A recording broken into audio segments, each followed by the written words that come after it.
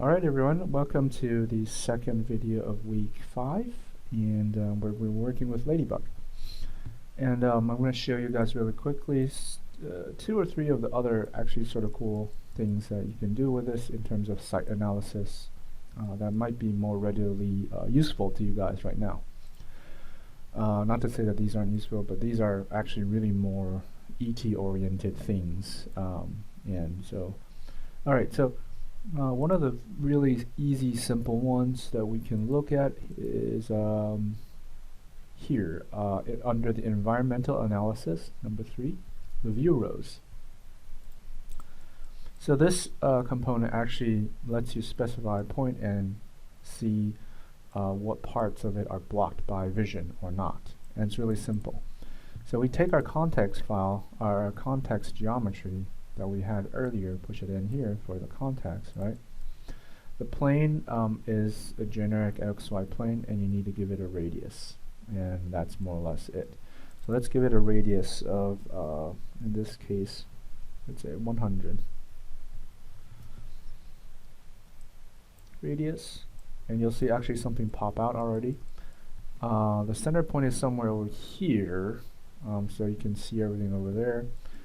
And we need to give it a plane or a point. And so you can either specify a point manually, or you can say, get a point container from geometry, parameters, geometry, point, right? And then push this in as the sort of starting point for the plane, and then right click here and set one point. And you can set it yourself. So let's say, for example, I want to see how my view angles are at this corner. Click it over there, and that's actually the sort of viewing angle view rows. So what's inside this is these curves are, you can see these are all blocked out, and the outputs basically give you that. So this is what you can see as a trim surface, and the ones that are blocked out are a closed planar curve. So if you wanted to grab these, then you just use, let's say, use a surface, grab that, right? Or curve, grab the blocked. So if I hide this component, then I can isolate this and bake it, export it as a surface, or grab these and use these as a curve. You can go to the top view very easily and kind of use that as a sort of view analysis, whatever you're doing here. Okay? So this is basically, it just sort of calculates obstruction from a specific point that you specify. So that's pretty simple and easy. Okay. All right. Now we're going to go and start looking at something that's a little bit more complicated, but it's very useful as well. Is setting up a Sunpath. Alright, so still working with the same file. Let's see. So what we're going to need at first is the import EPW that we had in here earlier. So this big guy here, okay? And then connect it to our EPW file, which is the Charleston one. The Savannah one I'm just leaving here as an example. So EPW file here. It'll think for a little while, and I'm going to start kind of moving down here a little bit more. Okay. All right, and then the next one we're looking at is Sunpath right here under the second one, visualize weather data. Right. So this behemoth essentially starts to help us draw Sunpath around our location. So just as first, just like look at some of the simple ones, location to location, right? So that's an output, this is an input, so we're going into there. And as soon as actually you connect that, something pops up, right? So this actually tells you, this is Sunpath at this location on the 21st of December. So obviously we have something in the analysis period that's different, right? So if you look at these, so the next sort of inputs you can specify here individually, like which hour of the day of the month you want to analyze, and you just use that with sliders just as we did, and the time step, which is like in hours per hour. So let me just do this really quick.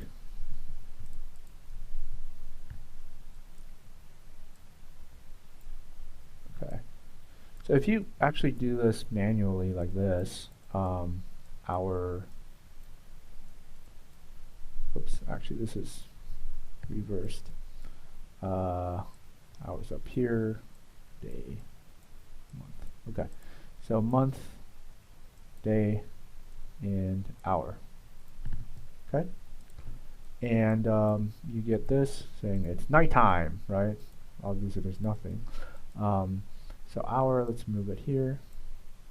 So you'll see the sun actually moves, and that shows you, as I'm sort of scrolling through, you see the locations of the sun as it goes. And you can, if you start messing with a month, then this is basically a visual representative of where the sun will be, at this point in time. This is what, August?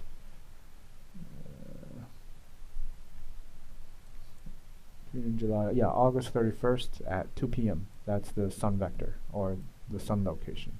You can actually draw a vector downwards if you wanted to, and we'll look at that in a little bit.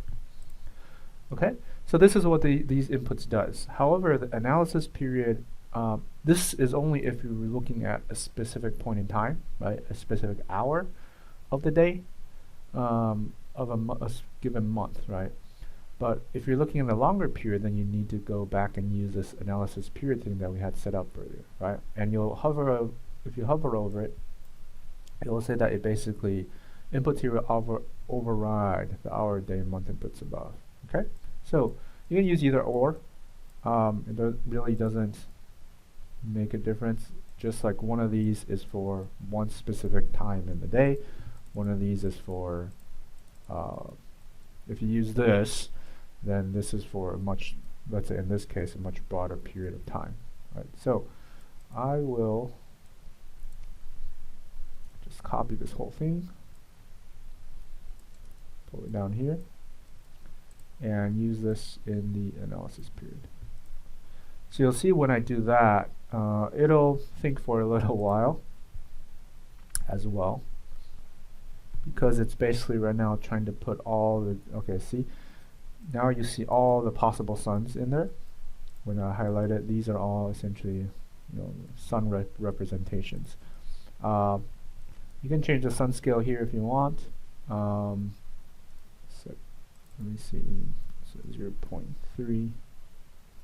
See how small that is? I'm not sure.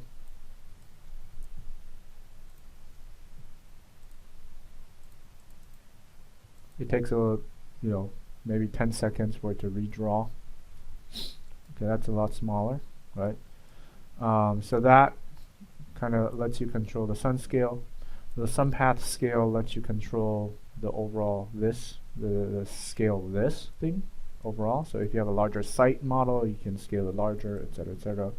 So that's not, let me see what. So there should be 1, or the default should be 1.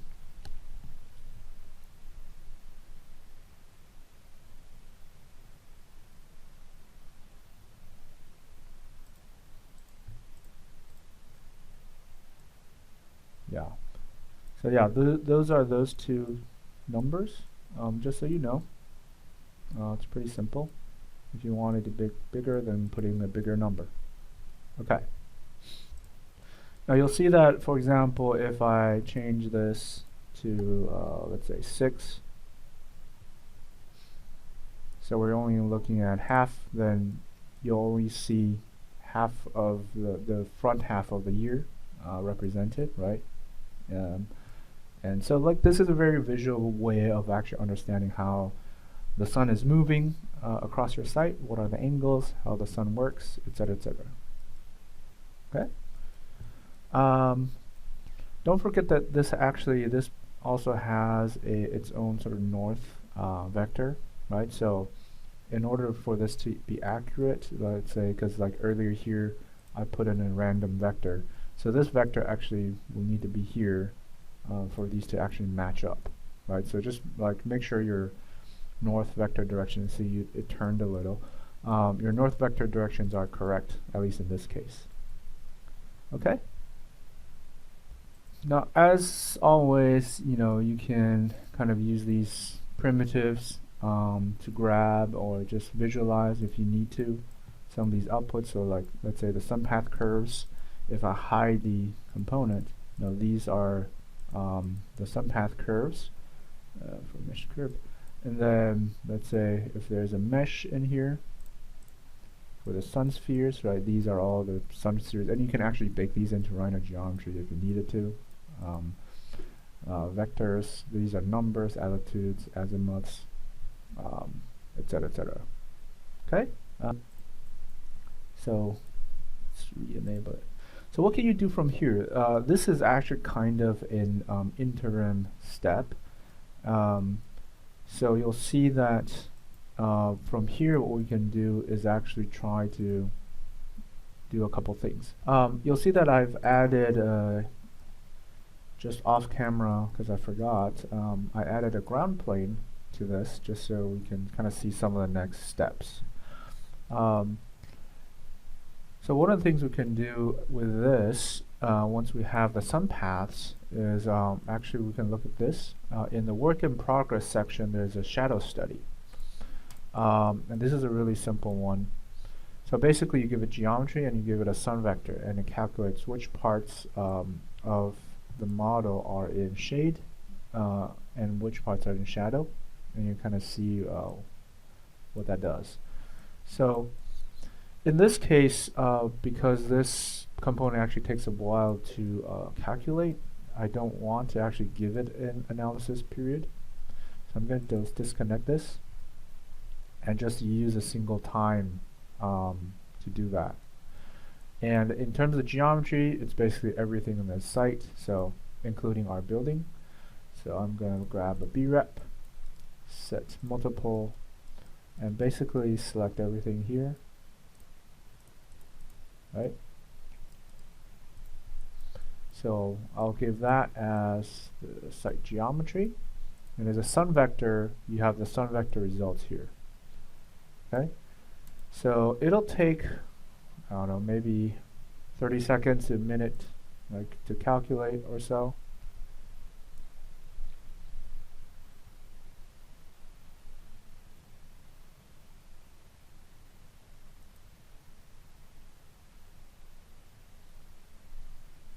But it's basically projecting, all your shades down to the ground, the building outlines, etc., etc. Okay, so you'll see, actually, I am now getting a pretty good representation of things.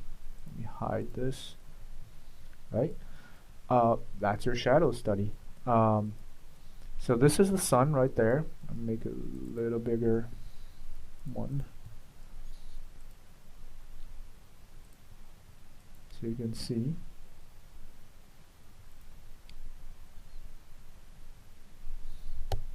And as you can see, once these simulations are running, when you make changes, sometimes it takes a while for it to update. So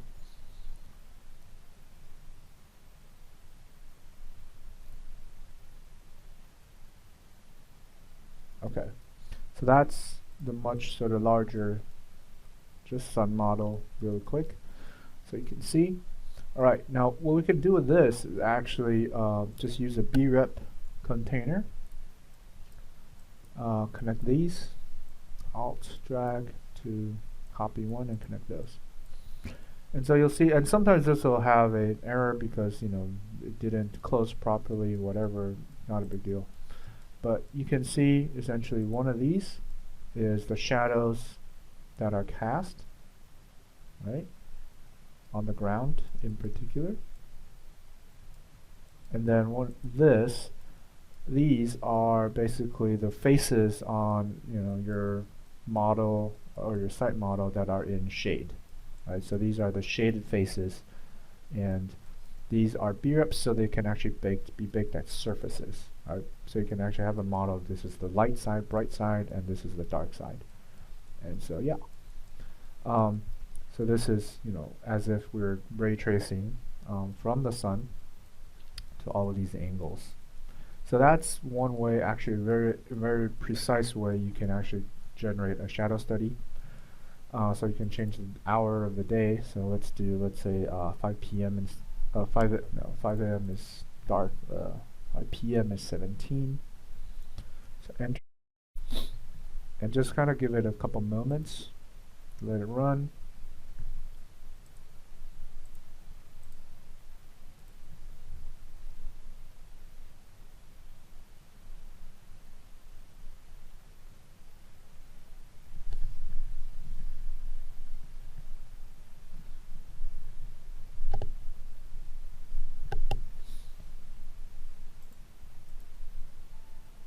Right, so you see the sun is now on this side, and your shadows are all kind of going this direction. It also actually shows how the shadow falls on other buildings, right? So it's actually a fairly complex thing. Shows how these shadows fall on this as well. I'm actually going to hide this so you can kind of see a little better. And this as well.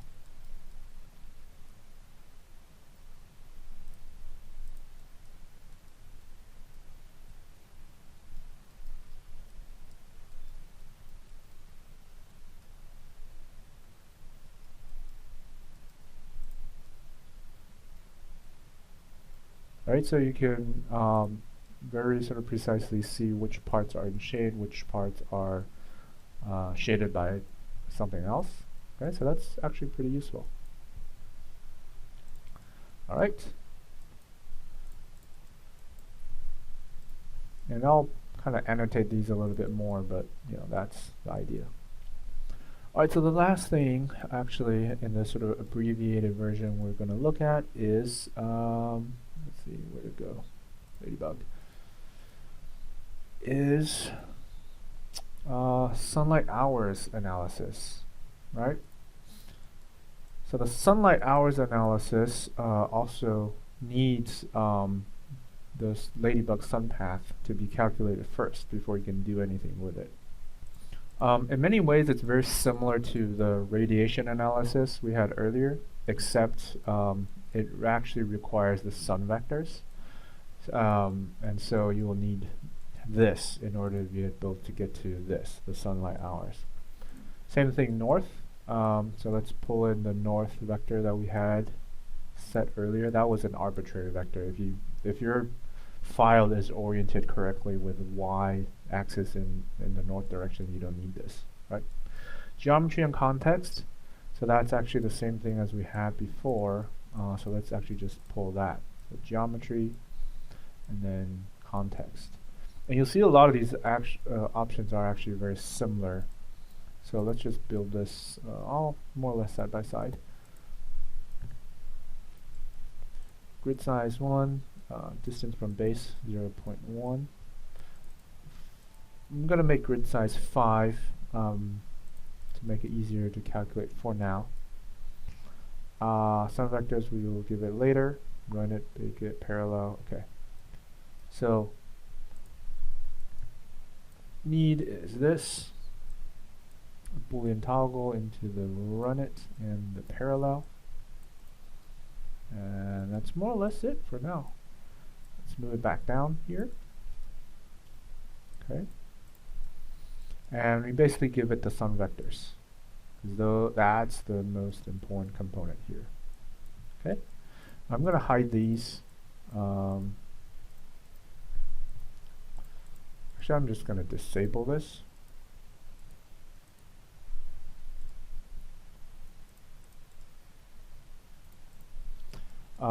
You might consider disabling these, especially just so like it's not trying to run when you're changing things, and you're not kind of wasting time.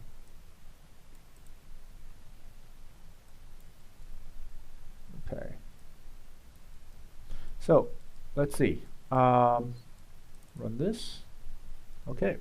So this is actually, in some ways, this actually tells you how many hours of sunlight a certain part of your building receives, right? Given like, oh, this is how the shading around it works. Obviously I can change the time of day. Now this will not make sense to you right now because I'm only looking at 1 hour of the day, right? So this is, at 5 p.m. That also kind of tells you like if these parts are getting the full hour, these parts are getting, less than an hour, right, more or less. If you need it to be more granular, obviously you change the grid size to 1, for example, and you get a much more granular view of, okay, that's how the shading is happening, right? You can change the hour to, let's say, noon or around noon, and it updates. I'm gonna hide the geometry, so this is much redder. Right, so these are this sort of top surfaces at noon. Obviously, it makes sense, right? All of this is getting 1 full hour of rate of sunlight. If you want to do the whole site together, you could, except that will just sort of go into geometry. All right. Now, as before, we can, right? And I'm just gonna make this to, I don't know, July. Actually, I'm gonna make it summer solstice. Should be June 21st, right? And the whole day, let's say from 9 or 8, whatever, to. You can kind of guesstimate. If it's dark, it'll just give it dark, or you can do the whole day if you want. 6/21, right? So that's 1 day from beginning to end. Okay. Analysis period. Let's give it a period. And you'll see that the scale automatic changes, and it tells you that, okay, so if you're looking at this period of time, and let's see.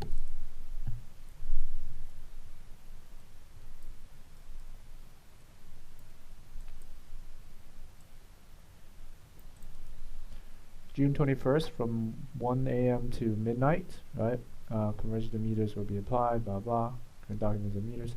So you can look at this README data. You might actually want to check the unit and see if it's in meters or not.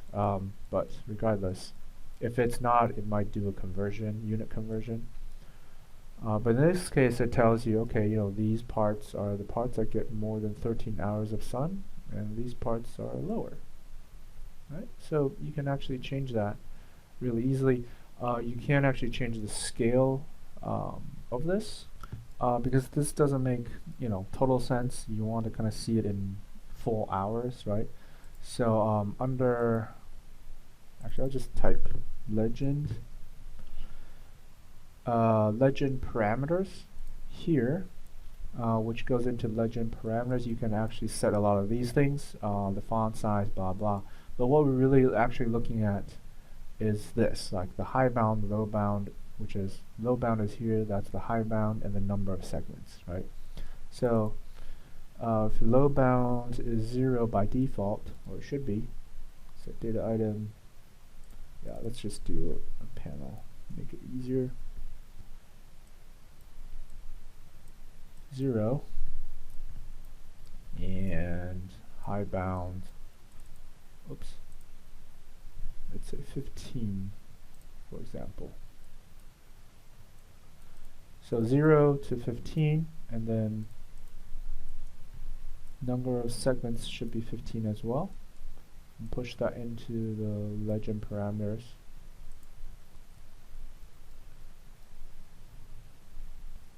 Sorry, pushed it into the wrong place. Over here. Okay, so actually this might be, that should be 16 segments. So 0 to 15 with 16 segments in between, then you get full numbers or full sort of steps, right? And this doesn't, this just has to be 1 less than that. So if you're looking at,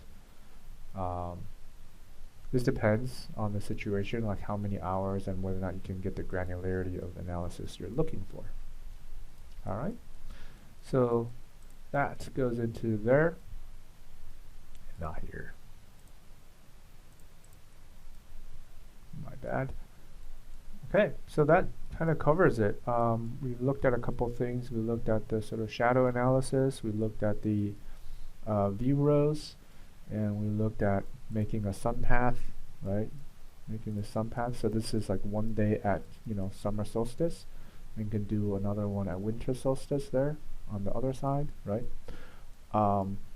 Here you can say, well, this is, I'm looking at one day at summer solstice and the sort of sunlight hours that my design or my building is getting. Now, word of caution, usually like these models you want to be pretty simple. So, right, so don't, like a volumetric massing model is fine. Otherwise you'll spend a lot of time calculating or trying to analyze it. All right? The other thing is that you probably, for most of these sort of analysis components, before you save, turn them off, or like this, disable them. Otherwise, disable them, right click and disable them. Otherwise, when you open the file, it's all like this as well. When you open the file, the file will like start to download and try to download a lot of stuff. And try to do all of these calculations at once. So it will take a while before you can actually open your file. All right, and that's it. Like that's, I think, like 4 or 5 different things that you can do with Ladybug right off the bat. And I will sort of try to annotate this as much as I can, and it will be uploaded to Canvas.